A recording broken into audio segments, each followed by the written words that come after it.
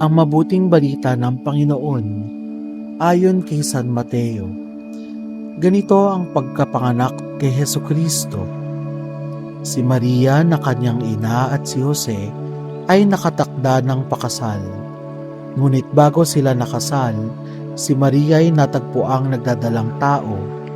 Ito'y sa pamamagitan ng Espiritu Santo.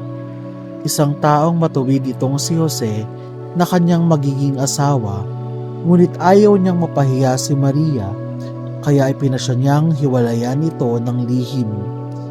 Samantalang iniisip ni Jose ito, nagpakita sa kanya sa panaginip ang isang anghel ng Panginoon.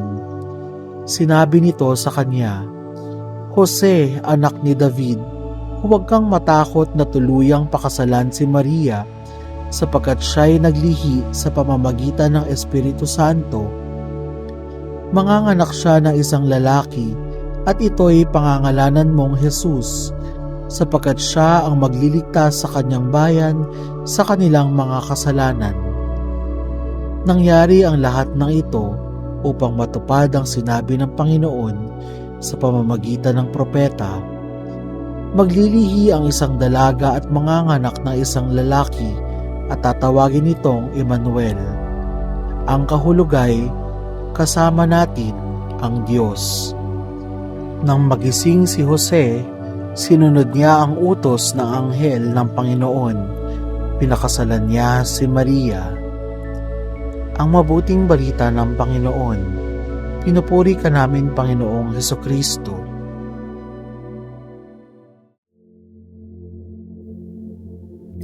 Nang magising si Jose, sinunod niya ang utos ng anghel ng Panginoon. Kakaunting talata sa mga banal na kasulatan ang kapupulutan natin ng impormasyon tungkol sa banal na tagapangalaga na si San Jose. Sa bahaging ito ng Ebanghelyo, pinakilala si San Jose bilang isang matuwid na taong.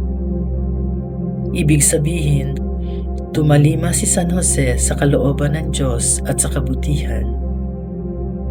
Ano nga ba ang kanyang papel o bahagi sa kwento ng kaligtasan? Si San Jose ay kabilang sa lipi ni Haring David. Ito ang lipi na pinagmumulan ng Mesiyas ayon sa mga hula ng mga propeta.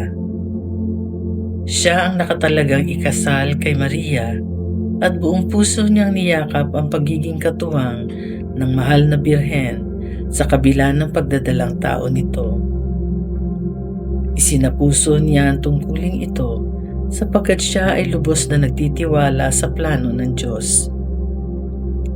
Napakalalim ng pananampalataya ni San Jose, kaya siya kumapit sa pangako ng Diyos at hindi nag-atubiling bumalikat sa isang mabigat na responsibilidad. Maraming pagkakataon sa ating buhay na tayo ay pumapasan ng mga mabibigat na tungkulin na hindi malinaw kung ano ba ang nasa dulo nito. Kadalasan, ito ay sa ating mga trabaho o kabuhayan. Maaari din naman sa pamayanan o sa iglesia. Marami tayong pwedeng maging dahilan kung bakit natin isinasabalikat ang mga tungkuling ito. Ngunit magandang pagnilayan kung nakaugat ba sa pananampalataya at kabutihan ang pagganap natin sa mga tungkulin. Ang atin bang motibasyon ay ang kalooban ng Diyos? Hindi natin maaring isantabi ang plano at pagkilos ng Diyos sa kahit na anong larangan ng buhay. Ang kanyang pagkilos ay wagas at makapangyayari.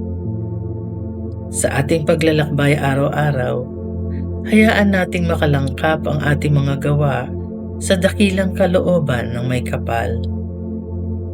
Bawat hakbang natin nawa ay ituon natin sa kung saan tayo dinadala ng pag-ibig ng Diyos. Ibigay natin ang ating buong sarili sa paglilingkod sa kanyang karangalan at hayaang ang kanyang nais ang maghari sa ating mga buhay. Ang pagsunod sa Diyos ay hindi pagsunod na walang patutunguhan. Pagsunod sa Diyos ay pagsunod sa landas na punong-puno ng katiyakan sapagkat siya ay tamang daan.